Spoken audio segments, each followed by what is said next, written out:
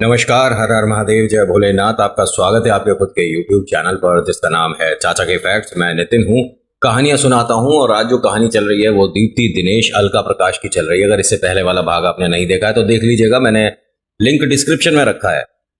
क्योंकि इनके साथ इन्हें उम्मीद भी नहीं थी कि शुरुआत में ऐसा होगा और बाद में एक दिन बाद कुछ प्रॉफिट होगा। और फिर हम जिसके लिए सोच कर चलते हैं कि सिर्फ हवाई बातें हैं, भूत प्रेत आत्मा जिन छलावा ये कुछ नहीं होता, वो अपना प्रचंड रूप इस तरह से दिखाएगा। अभी फिलहाल चैनल का इंट्रो, उसके बाद आकर शुरू करता हूं। कहीं मत जाना, पूरी कहानी सुनना। हर हर महादेव।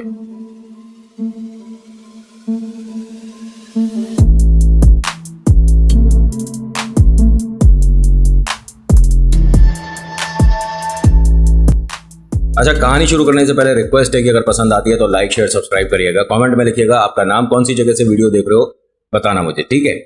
और जय श्री राम लिखिएगा। देखिए, दीप्ति दिनेश गांव से शहर आए थे इस उम्मीद में कि अब सब कुछ ठीक होगा, बच्चों की पढ़ाई एक अच्छे स्कूल में हो पाएगी, हम भी रुपया 2 रुपया कमा पाएंगे। और एक मिनट, दीप्ति दिनेश दोनों पढ़े लिखे हैं।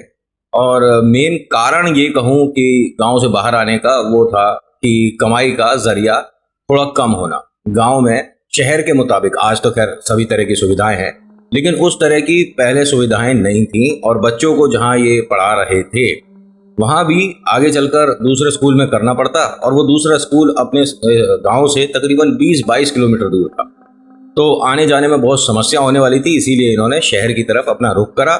शहर में किराए की समस्या नहीं होगी क्योंकि बहुत समय पहले पिता ने मदद करके एक मकान खरीदवाया था, जिसकी भूमि पूजन अच्छे से पाठ वगैरह बड़े भैया ने करवाया था। घर में सब में परिवार में किसी तरह का द्वेष नहीं है, कोई परेशानी नहीं है, तेरा मकान मेरा मकान वाली बात नहीं है, ये प्रॉपर्टी तेरी वो अब होता है। और वो शहर में ज्यादा होता है, गांव में तो दिल भी बड़ा है लोगों का, और घर तो आप जानते ही हैं, है ना? मतलब घेर इतने बड़े बड़े घर है। जैसे कि हम अपने घर की बात करें तो हमारे जितना घर के एरिया में तो उनकी भैंस गाय बकती है। तो अपने को कंपेयर करना ही नहीं चाहिए गांव से, जो शहरी लोग हैं उनको। हाँ, थोड़ा सा एडवांस जरूर है, सुविधाएं ज्यादा है, और थोड़ा वक्त की शॉर्टेज रह जाती है। गांव में समय होता है आपस में बैठकर बात करने का, शहर में आपस में बैठते भी हैं तो फोन हाथ में होते हैं। बात तो बाद में भी हो जाएगी, लेकिन फोन पे देखना जरूरी है जो भी देखना है। वैसे तो फोन पर आप ये वीडियो भी देख रहे हो, तो कहीं ना कहीं सुविधा भी है और कहीं ना कहीं अपनों से दूर होने वाली बात भी हो जाती है। खैर, होता क्या है, दीप्ति दिनेश इस घर में आने के बाद कुछ वियर्ड सा महसूस कर रहे थे। शुरुआत हुई थी उस कटोरी से, जो कि ना जाने कितने ताप में ऐसे कैसे हो जाएगी घर में। ऐसा है नहीं कि गैस पर से उठाकर रख दी हो जो इतनी गर्म हो रही थी, लेकिन उसका बार बार घर में दिखना और अलका प्रकाश का पड़ोसी के घर से आने के बाद सोना, ये कुछ अजीब सी बात हुई। यहां दीप्ति ने कहा कि मैं भगवान जी को पहले स्थान दूंगी, घर में एक मंदिर बनाऊंगी, उसके बाद खाने की व्यवस्था करूंगी। दिनेश ने गुस्से में, जो कि इतने साल से कभी इसने ऊंची आवाज में भी बात नहीं करा, बहुत गंदे शब्दों का इस्तेमाल करते हुए दीप्ति को डांट लगाता और कहता है कि पहले खाने की व्यवस्था कर, उसके बाद ही तेरे भगवान निकलेंगे, वरना मैं जिस बक्स में तू लाई है, बक्सिया कहते हैं, बॉक्स कह देता हूं, जिस बॉक्स में तू अपने भगवान को लाई है, ये बॉक्स ही उठाकर बाहर फेंक दूंगा। तो दीप्ति ने कहा कि आप किस तरह से बात कर रहे हो, और वो एकदम रोने लगी। बहुत ज्यादा सेंसिटिव थी, इसे ऊंची आवाज भी बर्दाश्त नहीं होती। और क्यों होगी भाई, है? और गलती क्या है इसकी? और गलती हो भी तो तू कौन होता है इस तरह से झड़प देने वाला? लेकिन जब इसने दीप्ति को इस तरह से बोला तो ये दोनों बच्चे हंसने लग गए। ये बहुत बुरा लगा, और ये बात बुरी लगी दिनेश को भी कि आपके मम्मी से मैं जिस तरह से भी बात कर रहा हूं वो गलत है, मुझे समझना चाहिए। और तुम दोनों दांत दिखा दिखा के हंस रहे हो, समझ नहीं आती, तमीज नहीं है। तुम दोनों की पढ़ाई की व्यवस्था भी मैं ऐसे स्कूल में कराऊंगा जिसमें तुम्हारे को होमवर्क बहुत मिलेगा, खेलने का समय ही नहीं दूंगा। एकदम से ये दोनों हंसते हंसते चुप हुए और दरवाजे की तरफ, मतलब बाहर वाले दरवाजे की तरफ देखने लगे। ये दोनों धीरे धीरे खिसक खिसक कर दीवार तक पहुंच गए।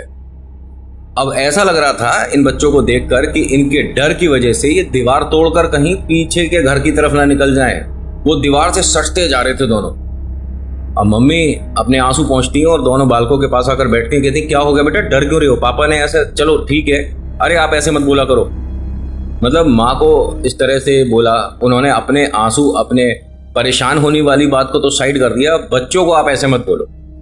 अब उसे भी बड़ा अजीब लगा दिनेश को कि मैं अपनी पत्नी से, बच्चों से कभी इस तरह से नहीं बोला हूं, आज मुझे हुआ क्या है? वो आता है, दोनों कान पकड़ता है कि सॉरी बेटा मैंने, कह रहे नहीं पापा वो देखो ये क्या चीज़ है जो दरवाजे पर खड़ी है, ये अजीब सा है, अभी यहाँ पर वो अंकल आंटी दिखे थे, अब उसके बाद ये दिख रहा है, ये क्या क्या है पापा, ये सांप है क्या? अब उन्होंने इधर उधर देखा, कह रहे बेटा कहीं कुछ नहीं है। तो जो इनका भाई है प्रकाश, जो कि 9 साल का है, कहता है नहीं नहीं ये देखो ये मधुमक्खी का छत्ता है। अब मम्मी पापा, बेटा एक काम करो, आप दोनों अंदर वाले कमरे में चलो, वहीं सब लोग बैठेंगे, मैं खाने की व्यवस्था करती हूँ, मंदिर बाद में लगा लूंगी। नहीं नहीं दीदी वो रैबिट था शायद। ना ना, तूने देखा था जो दरवाजे के बाहर सनफ्लावर लग रहा है, वो कितना बड़ा है, हमने इतने बड़े फ्लावर अपने गाँव में भी नहीं देखे थे ना। और दीदी वहाँ पे रैबिट के पास में मैंने कछुआ भी देखा था। अब ये जो बातें हैं सोच कर देखिएगा, आपके घर में ये सारी चीजें, दरवाजे के बाहर सांप दिख रहा है, मधुमक्खी का छत्ता दिख रहा है, खरगोश दिख रहा है, फ्लावर दिख रहे हैं। और देखिए सांप को अगर हटाया जाए तो 2 चीजें इसके अंदर फेवर वाली दिख रही हैं, जिसे देखकर बच्चे खुश होते हैं। जैसे खरगोश दिख गया, उसके साथ खेलने का मन करेगा। फ्लावर दिखते हैं तो इतने बड़े इतने प्यारे फूल होते हैं, उनके पास जाकर उन्हें छूने का, उन्हें स्मेल करने का मन करता है। लेकिन 2 चीजें खतरनाक दिख रही थी, सांप और छत्ता, देखा जाए मधुमक्खी का छत्ता। तो जब तक ना छेड़ो जब तक सही है, और छेड़ दिया तो उसके बाद बहुत ज्यादा खतरनाक है, जगह भी नहीं मिलती है, वो पीछा ही नहीं छोड़ती है।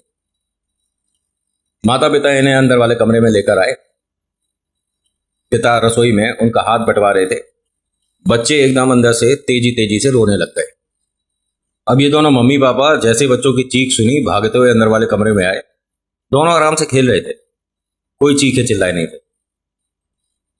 अब माँ और पिता दोनों एक दूसरे को देख रहे थे, तभी अलका के दबी सी हंसी सुनाई दी। अलका को देखते हैं तो वो लगातार इन्हें देख रही थी, मंद मंद मुस्कुरा रही थी। दीप्ति ने कहा दिनेश से कि एक काम करते हैं, पहले मंदिर की स्थापना ही कर लेते हैं, आपको भी समझ आ रहा है कुछ? उन्होंने कहा हाँ मुझे लग रहा है, लेकिन मैं इन चीजों पे विश्वास नहीं करता और ऐसा कुछ होता नहीं है। तभी इनके बाहर वाला कमरा, जिसपे इतनी बड़ी विंडो है, इतना बड़ा कांच लगा हुआ है, किसी ने पत्थर मार के तोड़ दिया। भाई ये किस तरह का स्वागत हुआ भाई, घर में नए घर में आए हैं, आसपास के लोग ऐसे हैं। वो बाहर आए देखने, बच्चे भी डर गए थे एकदम कांच की आवाज सुनकर, वो भी मम्मी पापा के साथ बाहर आए। तो पत्थर पे लिपटा हुआ एक कागज था, कागज पे कुछ चीजें लिखी थी कि ये सब चीज इकट्ठी करके घर में बीच आंगन में रख के जला दो। इन्हें समझ नहीं आया, बाहर जाकर देखते हैं कि ये सब क्या बताया जा रहा है, भाई कौन है। अब दीप्ति ने कहा दिनेश से कि मैंने कहीं ना कहीं सुना है कि ये नजर के लिए या घर में अगर कोई प्रेत शक्ति है उसके लिए करा जाता है, इससे वो घर से बाहर होते हैं। तो इन्हें जो चीजें बताई गई थी, 3 चीज तो इनकी रसोई में मिल जाती, लेकिन ये जो बाकी की 2 चीज है, भाई अब रात हो रही है, मैं कहाँ जाऊंगा ढूंढने और किसके पास जाऊं? तभी यहां एक फेरी वाला निकला। किसी भी ठेली पर, किसी भी शहर, गांव, देश विदेश, कहीं पर भी ये चीज ठेली पर नहीं बिकती है। और फेरी वाले ने चिल्ला चिल्ला के इनके घर के आगे उस चीज का नाम लेकर अपना सामान बेचने का जो इनका तरीका होता है, आलू लो, टिंडा लो, इस तरह की कोई चीज मान लीजिए आप। ये दोनों एक दूसरे को देखते हैं और कहते हैं कि ये क्या हो रहा है यार, अभी हमने ये सोचा ही था कि ये दोनों चीजें अवेलेबल कैसे होंगी, और ये रात में ढूंढना भी मुश्किल है, इसे बेचने वाला घर के सामने आ गया। दीप्ति ने कहा कि अरे हमें इस बात से क्या मतलब कि कौन क्या सामान बेच रहा है, लेकिन हमारी तो किस्मत देखो कितनी अच्छी है कि जिस चीज की हमें जरूरत है वो सामने मिल गई। ये भागे भागे गए, वो सामान थोड़ा सा खरीद के लाते हैं और अंदर आकर एक कागज पर सभी चीजें रखने के बाद जलाने वाले होते, तभी वो कहती हैं कि ऐसा ना हो कि इसकी वजह से घर में कोई और दिक्कत हो जाए।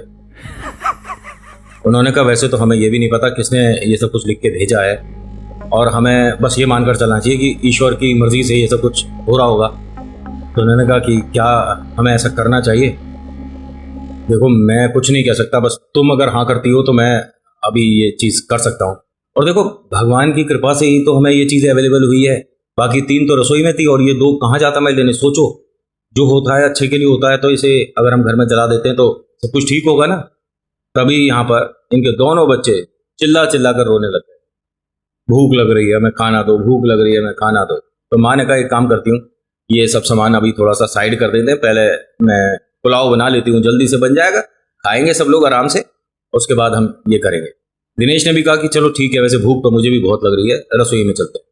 अब उस सारे सामान को इन्होंने एक साइड कर दिया, रसोई में गई, इन्होंने खाना वगैरह बनाया, पुलाव वगैरह बनाए, प्लेट में परोसा, सलाद वगैरह लेके सभी लोग घर के, दीप्ति, दिनेश, अलका, प्रकाश, मजाक मस्ती करते हुए खाना खा रहे थे। खाना खाते में ही एक आवाज आई, अरे कोई है घर में? ये एकदम सभी लोग खाना खाते खाते रुक गए, क्योंकि बाहर का कमरे का दरवाजा बंद था, उसके बाहर वाला जो गेट है वो भी बंद था, किसी के भी घर में आने की कोई आहट नहीं हुई, और आवाज ऐसा लग रहा है कि बाहर वाले कमरे में कोई अंदर आ चुका है, तब उसने बोला है। दीप्ति कहती है कि ये क्या हुआ, ये कौन है, आप एक मिनट जाइए। दिनेश ने कहा कि तुम तीनों यहीं रुकना। अब ये बहुत दबे पांव अपने बाहर वाले कमरे तक आया, कमरे में कोई नहीं, दरवाजा बंद है। दरवाजे को खोलकर बाहर का आंगन पूरा चेक करा, सब कुछ खाली है। गेट देखा, गेट पे भी वो जो हम कुंडी लगा देते हैं वो लगी हुई है। अब कैसे बताए अंदर जाकर कि कोई नहीं है? इसने झूठ बोल दिया। दीप्ति ने पूछा कौन था, और इतनी तेज, हमें तो लगा जैसे अंदर वाले कमरे में ही आ गया था। कह रहे नहीं नहीं, उनकी आवाज थोड़ी सी तेज थी और आसपास के लोग हैं, बस पूछने आए थे कि कौन गांव के हो, कोई जरूरत हो तो बताना। दीप्ति ने अपना आराम से खाना शुरू कर दिया। बच्चे जो घबरा गए थे वो भी नॉर्मल हो गए। ये पिता है, बड़ी बड़ी समस्याओं को हवा कर दिया करते हैं, परिवार तक तो परेशानी आने नहीं देते, लेकिन पिता ये क्या करे जब सामने प्रेत नाचने लग जाए। इन्हें सबसे पहले जो काम करना चाहिए था वो नहीं किया था, जिसकी वजह से ये बाधा बढ़ती जा रही है। अब इन सभी ने खाना खा लिया। खाने के बाद बहुत से लोग हैं ये काम करते हैं कि जो झूठे बर्तन हैं वो बस अपने वॉश बेसिन में, सिंक में ऐसे ही छोड़ देते हैं कि सुबह हमारी मेड आएगी वो साफ कर देगी। कितने बर्तन हैं, अगर आप इन पर से सिर्फ पानी भी निकाल दो, ठीक है, गर्म पानी करा और सभी पर डालकर छोड़ दिया, या आपने ठंडे पानी से ही एक मग्गा भरकर उस पर पूरे पर डाल दिया, तो भी ठीक है। लेकिन बहुत से लोग सब्जी है कटोरी में, थोड़ी बहुत रोटी बची है, गाय को दी तो दी, नहीं तो वॉश बेसिन में कर दिया, मतलब सिंक में रख दिया। ये एक तरह से नेगेटिव एनर्जीज को भोग लगाना भी होता है, जैसा मैंने सुना है। जो मड़ा आटा होता है वो रसोई में नहीं रखना होता, ठीक है। अगर रखते भी हैं तो उस पर उंगली बनाकर रखिए। ये चीज़ें अगर पता हो तो सही है। उंगली छपानी होती है और ज़रूरी है कि वो इस्तेमाल करा हुआ है हमारा, किसी के लिए हमने नहीं रखा, अगर उस पर छाप है तो। अन्नपूर्णा माँ की कृपा से सभी कुछ ठीक होगा। आपके रसोई के माध्यम से कहीं से भी प्रेत को भोग नहीं लगेगा, अगर आप पर माँ अन्नपूर्णा की कृपा है तो। मेरी बात है ना, अगर ये लगती है कि ये कैसे बोल रहा है, क्योंकि बहुत बार हो जाता है मन में डाउट कि तूने ऐसे कैसे कह दिया, इसका क्या प्रमाण है, कोई प्रूफ दिखा, कोई किताब बता, लिखा। तो किताब और प्रमाण ये तो एडिट हो जाते हैं। किसी ऐसे इंसान से पूछिए जो वास्तव में भगत हो, और बताइएगा मेरी 2-3 बातें कि ऐसे कोई लड़का है, आदमी, बुढ़ा, बुजुर्ग, चाचा, कुछ भी बोल देना कि वो ये सब बता रहा है, क्या बात सच है कि नहीं है।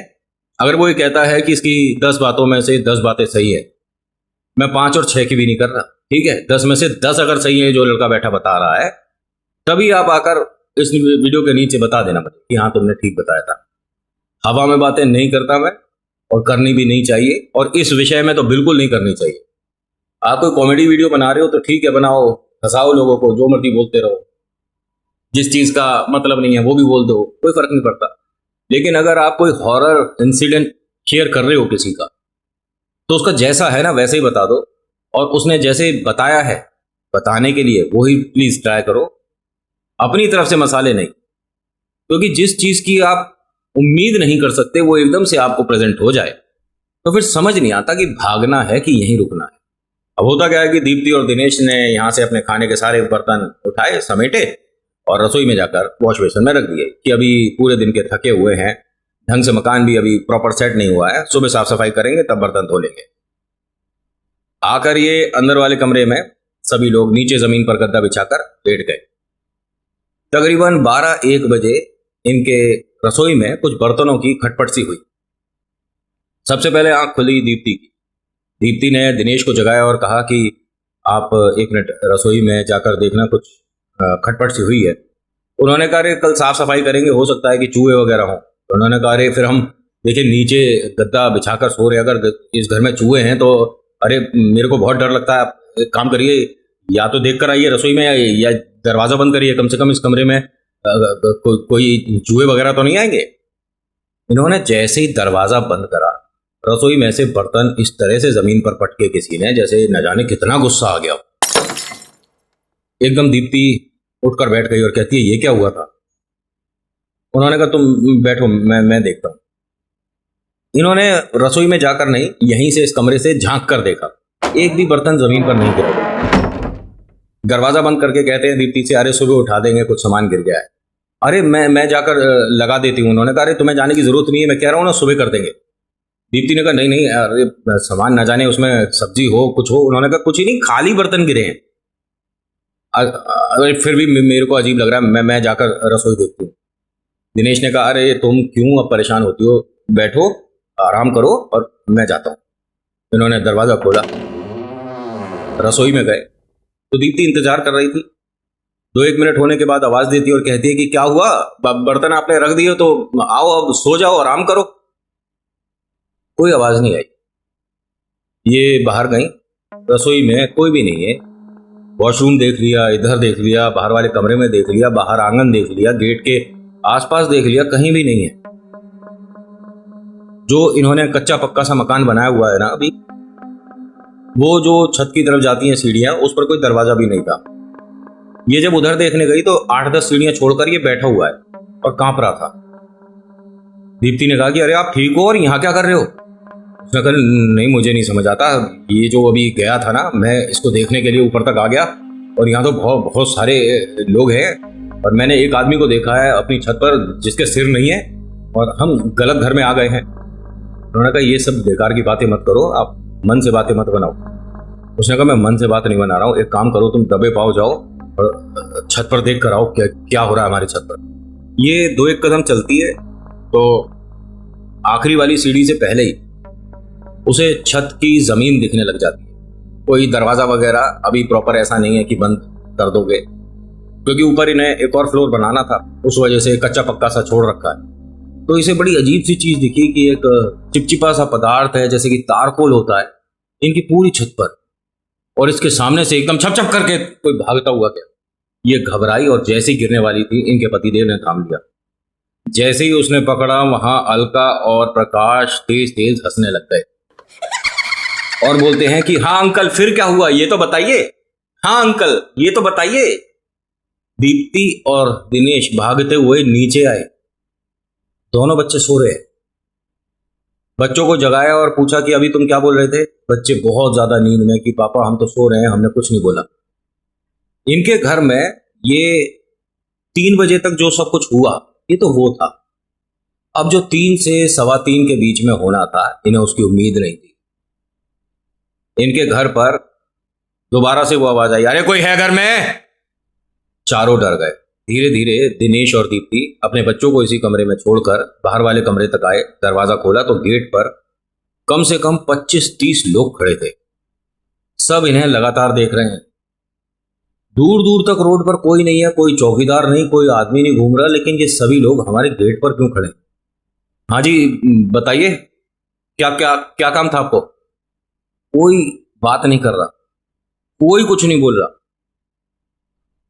दीप्ति ने कहा कि ये आपको कुछ अजीब अजीब सा नहीं लग रहा है? दिनेश ने कहा कि एक काम करते हैं, हमारे को बहुत देर से ये सब जो महसूस हो रहा है, जो हमें छत पर दिखा, घर में दिखा, बच्चों को फूल, कभी सांप, कभी ये सब कुछ अजीब हो रहा है।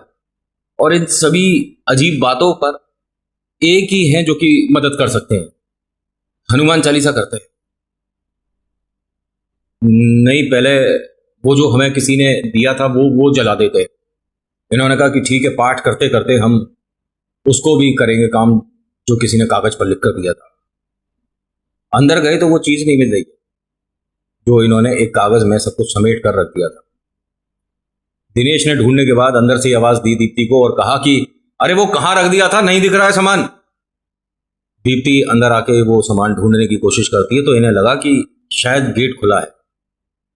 अब ये दीप्ति हल्का सा अपने बाहर वाले कमरे से ही गेट की तरफ झांकने की कोशिश करती है। वो जो सभी लोग गेट के बाहर थे, अब वो गेट के अंदर है। गेट बंद है लेकिन सब लोग अंदर आ गए। इतनी सी देर के अंदर, 1-1.5 सेकंड के अंदर इतनी सारी भीड़ अंदर नहीं आ सकती है, थोड़ा बहुत तो वक्त लगेगा। ये डर गई और कहती है कि अरे ये लोग तो घर में अंदर आते जा रहे हैं, आप कुछ करिए ना। दिनेश ने बच्चों से कहा कि बेटा एक काम करना, आप और मम्मा यहीं रहना, डरना नहीं, पापा आपके साथ ही है और कोई परेशानी नहीं होगी। बच्चे दोनों रोए जा रहे हैं। दीप्ति परेशान होती है और कहती है कि आप कहाँ जा रहे हो। उसने दीप्ति को भी बच्चे वाले कमरे में करके बाहर से बंद करने वाला था। दीप्ति ने मना कर दिया कि नहीं, मैं आपके साथ रहूंगी, ये सब ऐसे कैसे किसी के घर में आ सकते हैं, आप एक काम करिए, थोड़ा हम शोर मचाते हैं, आसपास के लोग मदद करेंगे ना। उसने कहा कि तुम परेशान मत हो, मैं देखता हूं। ये गैलरी से अपने बाहर वाले कमरे में आया और उन सभी से कह देता है कि वहीं रुक जाइए, आप किसी के घर में ऐसे नहीं आ सकते, आप सब हो कौन, आपको हमसे क्या मतलब है, अरे आप जो भी बात करनी है सुबह आइएगा, मैं आपकी शिकायत कर दूंगा, पुलिस को कंप्लेंट कर दूंगा मैं आपकी, आप जाइए यहां से। तभी दीप्ति कहती है कि अरे वो कागज वहां पर है देखो। अब जो कागज इन्हें दिखा वो दो एक सामान के पीछे था, संदूक बंदूक के पीछे हो गया था, ना जाने कैसे। उसके पास घड़ा भी रखा हुआ था। तब जब ये सामान उठाने वाले थे उससे पहले ना यहाँ कोई हवा चल रही, ना घड़े पे हाथ लगा, घड़ा अपने आप हिलने लग गया। जैसे ये हुआ ये डर गया। दीप्ति ये क्या हो रहा है। दीप्ति ने कहा देखिए मुझे भी बहुत ज्यादा डर लग रहा है, किसी भी बात को मैं नहीं समझ पा रही हूँ, ईश्वर हमारी मदद करे, जय श्री राम जय श्री राम जय श्री राम जय श्री राम। जब इन्होंने बोलना शुरू करा ना इस तरह से, तो ये घड़ा जो ऐसे ऐसे डगमगा रहा था ये रुक गया और इन्होंने लाइव देखा ये सब कुछ। ये जैसा जो बताया वो मैं शेयर कर रहा हूँ। और इनकी उम्र बताऊंगा आपको दोनों की फिलहाल कितनी है, एक की 71 है और एक की 65 है। तो क्या इनकी बात पे विश्वास नहीं करूंगा मैं। बहुत से लोग की मन से कहानी मैं नहीं बनाता मन से कहानियां, ठीक है, जो बनाते होंगे उनका चल भी रहा है। अपने को तो जो आई है वो बताने की आदत है, उसको लोग नहीं आगे शेयर करते या नहीं पसंद करते, उसमें मैं ही क्या कर सकता हूँ। लोग सब्सक्राइब भी नहीं करते हैं मुझे, कितनी भी मेहनत कर लूं, लेकिन मेरे में कमियां हैं बहुत सारी। जब तक वो ठीक नहीं होंगी, कहानी सुनाने का तरीका ठीक नहीं होगा, थोड़ी शक्ल ठीक नहीं होगी, तब तक लोग मुझे सब्सक्राइब नहीं करेंगे। कोई बात नहीं। होता क्या है कि इनके मन में ये जो डर था ये बढ़ता जा रहा था, लेकिन इसने जय श्री राम जैसे बोलना शुरू करा तो इनको लगा कि घड़े में मूवमेंट जो हो रही थी वो रुक गई। इसने फटाफट से उस कागज को जैसे ही छुआ तो देखता क्या है कि वो भीड़ अब अंदर वाले कमरे तक आ चुकी है और जो दरवाजा है जिससे गैलरी और इनके बच्चों और इन तक आने वाले हैं, बस अभी थोड़ी देर का रह गया है। ये उनके सामने से रसोई तक गए हैं, वहां से मैच बॉक्स लाए हैं। इसमें जब इन्होंने कोशिश करी तो इनका ये कहना है कि मैं ऐसे बस किसी तरह से जल जाए, और इन्हें ऐसे महसूस हो रहे थे कि आसपास सब लोग ये आ चुके हैं, जो बाहर थे ना वो सब आ चुके हैं और बस इसके सिर के ऊपर हैं।